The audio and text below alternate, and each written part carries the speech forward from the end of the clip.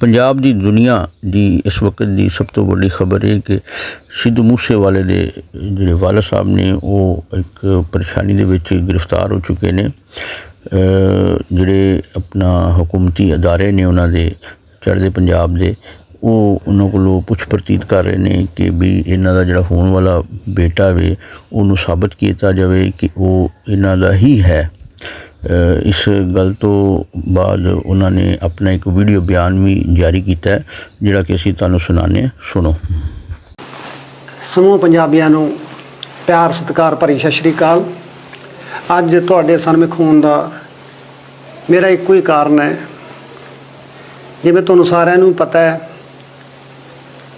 भी 2 दिन पहलां तुहाडीआं अरदासां तुहाडीआं बेनतियां जोदड़ियां दे सदका वाहिगुरू अकाल पुरख ने अपने ते मेहर कीती, आपां नूं शुभदीप वापस कीता।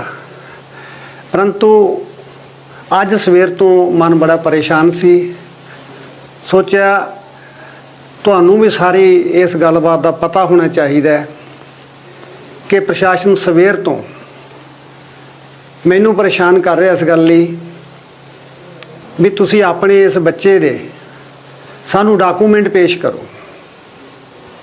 इस बच्चे नूं लीगल साबित करने लई मैनूं तरह तरह के सवाल पूछे जा सकें। मैं सरकार नूं एक बेनती करनी चाहुंदा, खास करके CM साहब नूं भी कृपा करके तुसीं इस गल ते तां थोड़ा जिहा तरस खाओ भी ये ट्रीटमेंट तो पूरा हो लैण दिओ। मैं इत्थों दा रहण वाला, मैं इत्थे ही रहूँगा, जिथे तुसीं मैनूं बुलाओगे मैं तलब करूँगे, मैं हर जगह ते पहुँचूँगा। तो कृपा करके पहला तो मेरा जिहड़ा ट्रीटमेंट है उहनूं कंप्लीट होण दित्ता जावे। तां एक मैं तुहानूं एक सख्त शब्दां 'च ये गल कहना, क्योंकि मैं दुखी बहुत हाँ अज, क्योंकि तुहाडी एक आदत है तुसीं हर एक गल तो यू टर्न लैंदे हो। फिर बाद दे विच तुहाडे जिहड़े सलाहकार ने, तुहाडे जिहड़े पाछू ने, वो तुहानूं इहो जी सलाह दिंदे ने ते फिर उथों उस फैसले तो रोकिया नहीं जाता। मैं तुहानूं बड़े सख्त शब्दां 'च कहना, तुसीं जे हत्थ पाओगे समार के पाओ, ठीक है। मैं यू टर्न लैण वालिਆਂ चों नहीं, मैं जान दे सकदा, मैं पिछे हटण वालिਆਂ चों नहीं।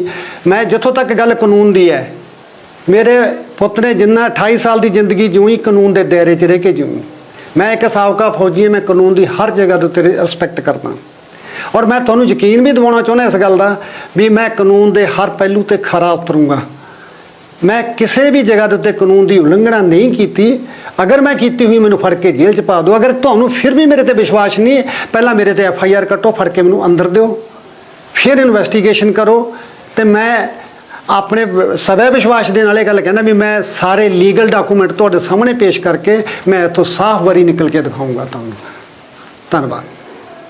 तो नाज़रीन, तुसी बलकौर सिंह की गुफ्तगू सुनी जिंदे विच उन्होंने जिहड़े उत्थों दे अपना प्रधानमंत्री ने, CM साहब ने उन्होंने मुखातब करदे होए ये गल कही है कि उन्होंने जिहड़ा हैगा वे CM साहब नूं चाहीदा कि वो इस चीज़ का नोटिस लैन और चीज़ां जिहड़ियां ने उस तरह ना वेखन जिस तरह वेखियां जा रही ने किसी साजिश के तहत। ते नाज़रीन, इस जिहड़ा हॉस्पिटल है बठिंडा दा हॉस्पिटल, उत्थे मूसेवाले दा छोटा भाई जिहड़ा नवां खून पैदा होया है वो ते उहदी मां हजे तक जिहड़ा ना वो अपना ज़ेरे इलाज ने। ते इन्हां दे वालिद साहब दा कहना है कि पहले इलाज मुकम्मल हो ले ते वो हुकूमत दे हर सवाल दा जवाब देने तैयार। Subscribe now and press the bell icon. Never miss an update.